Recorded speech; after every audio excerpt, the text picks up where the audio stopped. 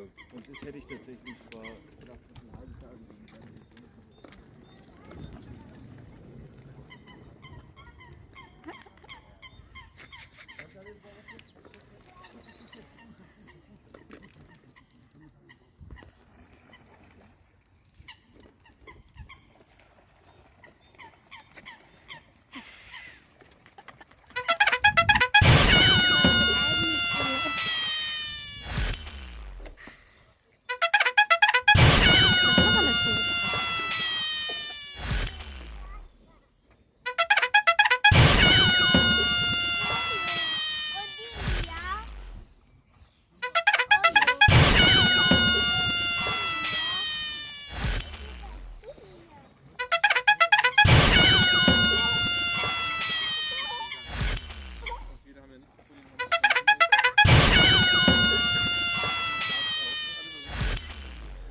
Ja, das war